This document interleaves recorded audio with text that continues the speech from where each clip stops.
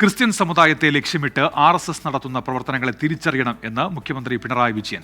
ആടുകളുടെ വേഷം ധരിച്ച ചെന്നായ്ക്കളിൽ നിന്ന് കേരളത്തെ അകറ്റി നിർത്താൻ സർക്കാരിനായെന്നും പിണറായി വിജയൻ പറഞ്ഞു. പത്തനംതിട്ട കൂമ്പനാട് നടന്ന ഇന്ത്യ പെന്തക്കോസ്ത് സഭയുടെ കൺവെൻഷനിലായിരുന്നു മുഖ്യമന്ത്രിയുടെ പരാമർശം. നിന്റെ അയൽക്കാരനെ നിന്നെ പോലെ തന്നെ സ്നേഹിക്കുക എന്നാണ് യേശു പഠിപ്പിച്ചത്. ഇന്ന് നമ്മുടെ രാജ്യത്തിൻ്റെ പല ഭാഗങ്ങളിലായി നമ്മുടെ അയൽക്കാർ മതത്തിൻ്റെ, ജാതിയുടെ, ഭാഷയുടെ ഒക്കെ പേരിൽ ആക്രമിക്കപ്പെടുന്നു. ബൈബിൾ വചനം ഉദ്ധരിച്ച് മതനിരപേക്ഷതയുടെ പ്രസക്തി പറഞ്ഞായിരുന്നു മുഖ്യമന്ത്രി പിണറായി വിജയന്റെ RSS വിമർശനം. രാജ്യത്ത് പൊതുവിലും കേരളത്തിൽ വിശേഷിച്ച് ക്രിസ്ത്യൻ സമുദായത്തെ ലക്ഷ്യമിട്ടുകൊണ്ടുള്ള രാഷ്ട്രീയ നീക്കങ്ങൾ നടക്കുന്നത് നാം ശ്രദ്ധിക്കേണ്ടതായിട്ടുണ്ട്.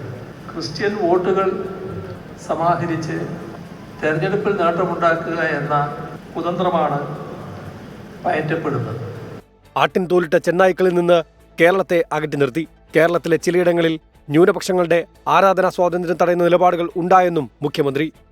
ഏറ്റവും വലിയ വർഗീയ പ്രസ്ഥാനം ക്രിസ്ത്യൻ മതവിശ്വാസികളോട് ചെയ്യുന്ന കുടിലതകളുടെ ചരിത്രം ഇപ്പോൾ മണിപ്പൂർ വരെ എത്തി നിൽക്കുകയാണ്. ഹൈന്ദവ ദേശീയതയുടെ മറ്റൊരു പതിപ്പാണ് മണിപ്പൂരിൽ കണ്ടത്. 100 കണക്കിന് പള്ളികളാണ് നശിപ്പിക്കപ്പെട്ടത്. മണിപ്പൂർ കലാപം ഓർമ്മിപ്പിച്ച് സംഘപരിവാറിനെ അകറ്റി നിർത്താൻ ക്രിസ്തീയ വിശ്വാസികൾ ശ്രദ്ധിക്കണമെന്ന് കൂടി പരാമർശിച്ചാണ് മുഖ്യമന്ത്രി പ്രസംഗം അവസാനിപ്പിച്ചത്. 24 പത്തനംതിട്ട.